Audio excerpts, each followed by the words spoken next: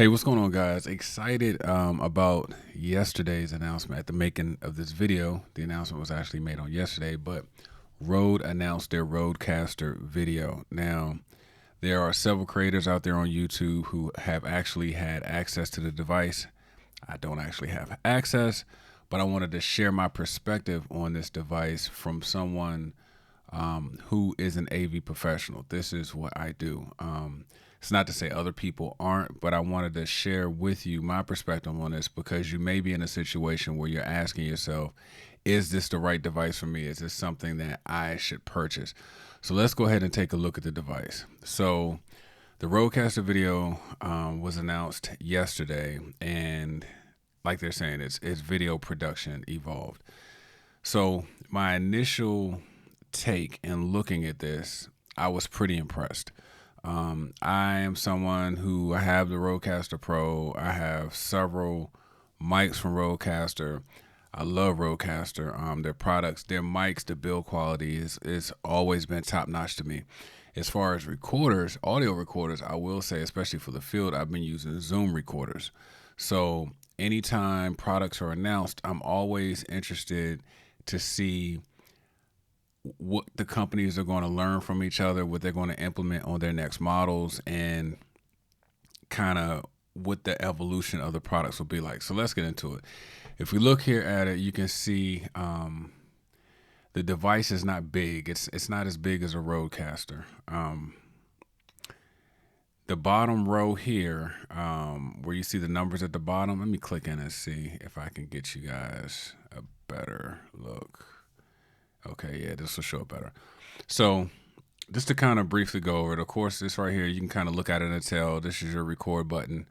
Right here, the bottom row, these 6 buttons here will be your camera switching between the 6 possible video sources you can bring into this device. But what I thought was interesting, because if you guys are familiar with the ATEM products, when I saw this up here, I was like, okay, why are these numbers? Why are these letters? Where's program? Where's preview? Whatever. But one thing that they've done with the Rodecaster video is they've implemented the ability to have scenes built in. If you connect this to your computer, you can actually build in scenes. So that automatically makes this a very interesting product. But let's keep going. We'll come back to that. So down here you can have, you'll see when we get to the back, that you can actually plug in 4 1080p HDMI inputs in the back, and you can also bring in other video sources too through the USB ports. We'll show you the ports in a second in the back. Here, I believe this is a 2-inch screen, and of course you have your cut button, your auto button, and there's something very cool about this product that I like. This product has the ability to auto switch based on audio. So let's go ahead and, because I'm kind of referencing something that I'm not showing you guys. So let's go ahead and look at it. Okay, here we go right here. Sorry, we'll go back to it. Right here on the back, you'll see you have 4 HDMI input sources that you can use, right? And you can only go up to 1080p, right? Beside it, you have 2 more HDMI ports, but these are your outs. So you can hook up 1 monitor, you can hook up 2 monitors, and you can send either a multi-view to 1 monitor, which is what I will probably do, or you could just send program to one and then preview to another, whatever.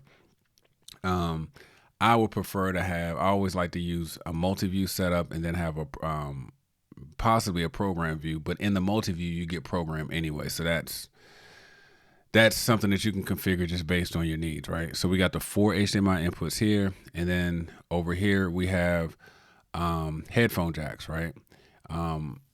Quarter plug headphone jacks that you can use here, and then of course you have speaker outputs as well if you want to monitor via speakers. This is something similar to what's been on the I think the Rodecaster Duo, the regular Rodecasters, all this here. One thing that's cool about this versus like the ATEM products is right here, your XLR input. So you have the ability to bring XLR audio directly into the Rodecaster video, which is, it's great. And also with the XLR, you can plug in instruments and different things like that, not just microphones. So that's really cool. So let's go. If you remember on the front of this thing, we talked about you having the capability to plug in 6 video sources. So let's get to that really quick.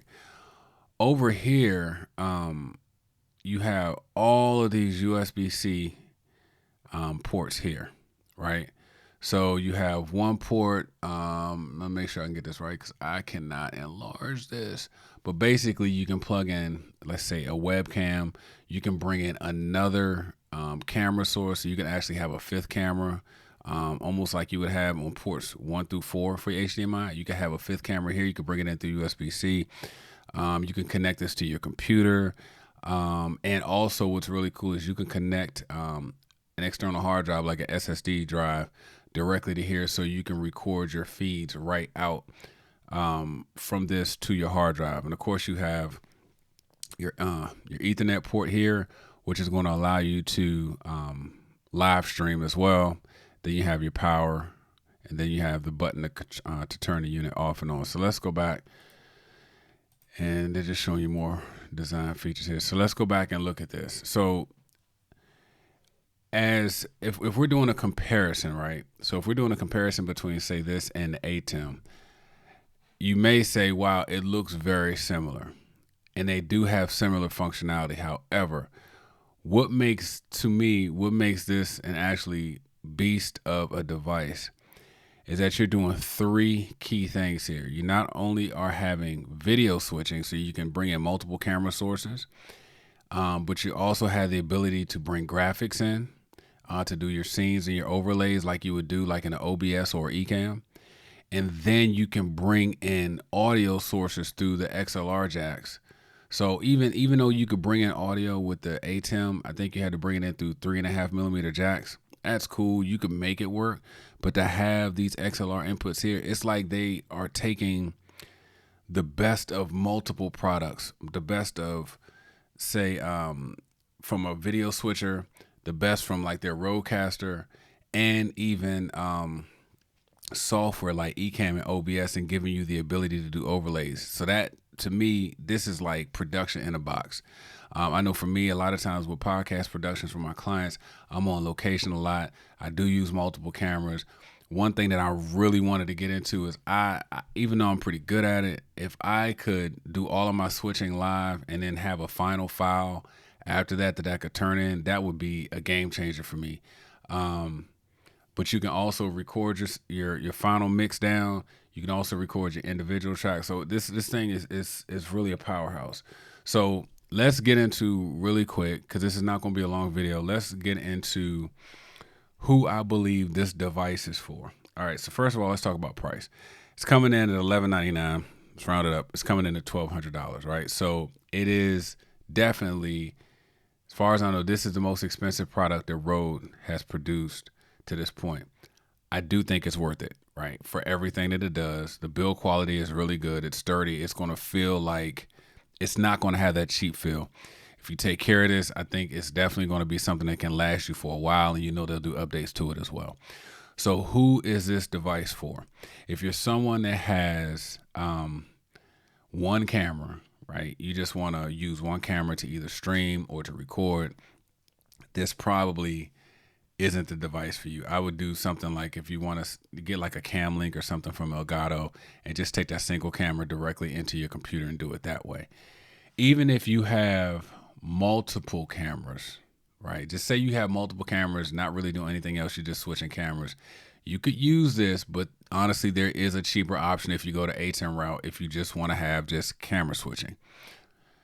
If you are someone that has a production, you have multiple cameras, you have scenes, you have mics that you want to use, i.e., you're doing like a podcast setup with, say, 2 mics, multiple cameras, I think this is perfect. Because this connects directly to your computer as well. Even if you're bringing in people remotely or whatever, I think that's great. However, even if you're in, like I said, you're in a studio setting, I think this is a great device. I would not buy this right now. Now, if you only have one camera but you're planning on growing, that's great. Go ahead and get this. But if you, like I said, if you just have one camera, I wouldn't necessarily jump out here and purchase this device. If you have multiple cameras, if you have audio sources you want to bring in, and you're doing graphics, and you can bring in other media as well, like videos and stuff, you can play that through here. I mean, it's the real deal. I think this device would be for you. It's definitely probably gonna pick this up. I'm really leaning to get this before the end of the year, but it'll be a staple in my kit because I know it's going to help me not only to be able to bring all of my sources in, but I'm a photographer at heart, so I like getting it right in camera. To me, if at the end of a production, if I can almost have my files ready to go, that's a win-win.